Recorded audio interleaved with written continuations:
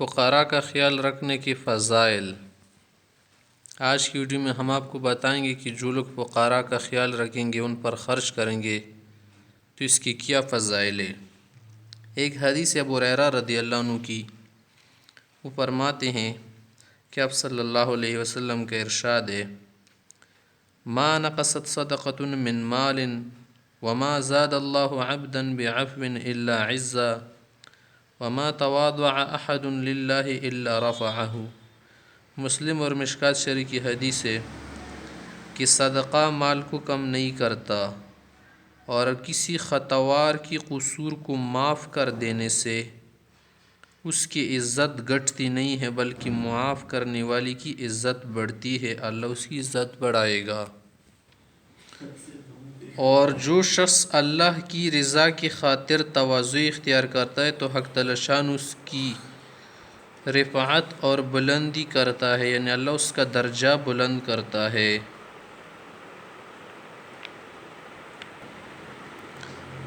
حضرت علی رضی اللہ عنہ کا ارشاد ہے کہ آپ صلی اللہ علیہ وسلم نے فرمایا: ان فی الجنۃ لغرفا یری ظہورها من بطونها وبطونها من ظہورها قالوا لمن هي؟ قال لمن اطاب الکلام واطعم الطعام وادام الصیام وصلی باللیل والناس نیام۔ ترمذی وغیرہ کی حدیث ہے۔ فرماتے ہیں کہ جنت میں سے بالا خانے ہیں جو گویا آئینوں کی بنی ہوئی ہیں، شش محل ہے کہ اندر کی سب چیزیں باہر سے نظر آئے گی اور اندر سے باہر کی سب چیزیں نظر آئے گی۔ صحابہ نے پوچھا: یا رسول اللہ، یہ کن لوگوں کے لیے ہیں؟ آپ علیہ السلام نے ارشاد فرمایا: جو اچھی طرح بات کرے، یعنی ترش روئی سے منہ چڑھا کر بات نہ کرے، اور لوگوں کو کھانا کھلائے، فقیروں کو، بھوکوں کو، اور ہمیشہ روزہ رکھے، جو کیا ہے معتدل طریقہ اعتدال کا، اور ایسے وقت میں رات کو تہجد پڑھے کہ لوگ سو رہے ہو۔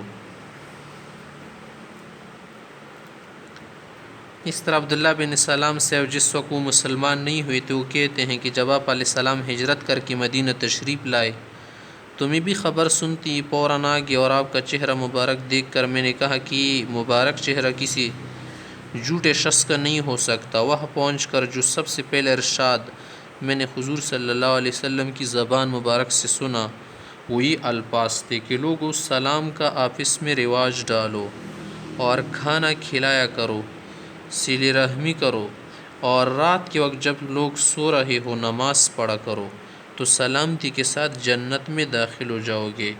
مشکات شریف کی حدیث ہے۔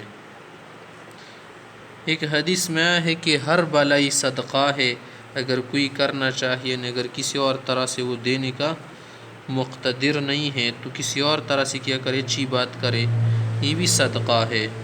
ایک حدیث میں آیا ہے کہ احسان کا کوئی حصہ بھی حقیر نہیں، چاہے اتنا ہی ہو کہ اپنی باعث خندہ پیشانی سے پیش آئے۔ ایک حدیث میں آیا ہے کہ کوئی شخص احسان کی کسی درجے کو بھی حقیر نہ سمجھے، اور کچھ بھی نہ ہو تو کم سے کم اپنے بھائی سے خندہ پیشانی ہی سے پیش آئے۔ کنز العمال کی حدیث ہے۔ ایک حدیث میں ہے کہ تیرا اپنے بھائی سے خندہ پیشانی سے پیش آنا یہ بھی صدقہ ہے۔ کسی کو نیکی کا حکم کرنا یا برائی سے روکنا یہ بھی صدقہ ہے۔ اس صدقے کا جو یہ وسیع مفہوم بتا رہے ہیں، اور جو نفس صدقہ ہے نا، وہ تو کیا ہے، فقراء وغیرہ مساکین کا خیال رکھنا، ان کو دینا، اسی کو کہتے ہیں۔